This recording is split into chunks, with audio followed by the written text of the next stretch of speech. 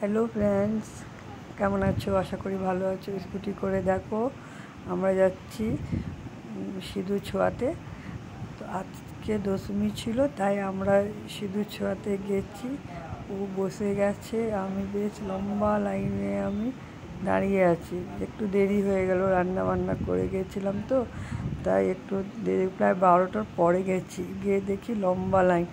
যাই হোক, লাইন পেরিয়ে আমি মাকে সিঁদুর ছুঁয়ে বাইরে এসে গেছি। সবাই দেখো আমাকে সিঁদুর পরাচ্ছে, আমিও সবাইকে সিঁদুর পরাচ্ছি। অনেকে আবার গালে আমার সিঁদুর মাখিয়ে দিয়েছে। বেশ খুব ভালো লাগে, খুব সুন্দর লাগে, আনন্দ আর মনটা। আমিও সবাইকে পরিয়ে দিয়েছি। তার মধ্যে কয়েকজন চেনা জানাও বেরিয়ে গেল, তাদের সঙ্গে গল্প করতে লাগলাম। দেখতেই পারছো, গল্প করছি, চেনা জানা বেরিয়ে গেল, তাই গল্প করছি। ভালো লাগছে, খুব আনন্দ হয় যখন কোথাও গেলে চেনা জানা বেরিয়ে যায়, সময়টাই কেটে যায়। তারপর দেখো আমার মেয়ে ক্যামেরা করছে, নিজেকে নিজেই ক্যামেরা করছে। দেখো খুব একটা এসছে আমার সাথে মন্দিরে, খুব খুশিও।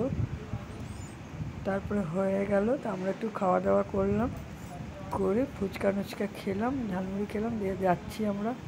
আর দেখো সন্ধেবেলা আমার মেয়ে আমার বর জুলুস দেখতে গেছে।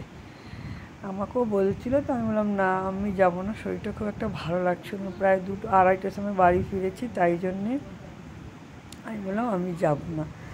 দেখো কত ভিড়, বাপরে সত্যি তো। দেখো রাম ঠাকুরের মহিমা, কত লোক জুলুসে বেরিয়েছে। বাহ, দেখে খুব ভালো লাগছে। আমারও গেলে ভালো হতো, আনন্দ হতো, আমি এইসব খুব ভালোবাসি। দেখো কত লোক তলোয়ার নিয়ে, বন্দুক নিয়ে, সব নিয়ে বেরিয়েছে।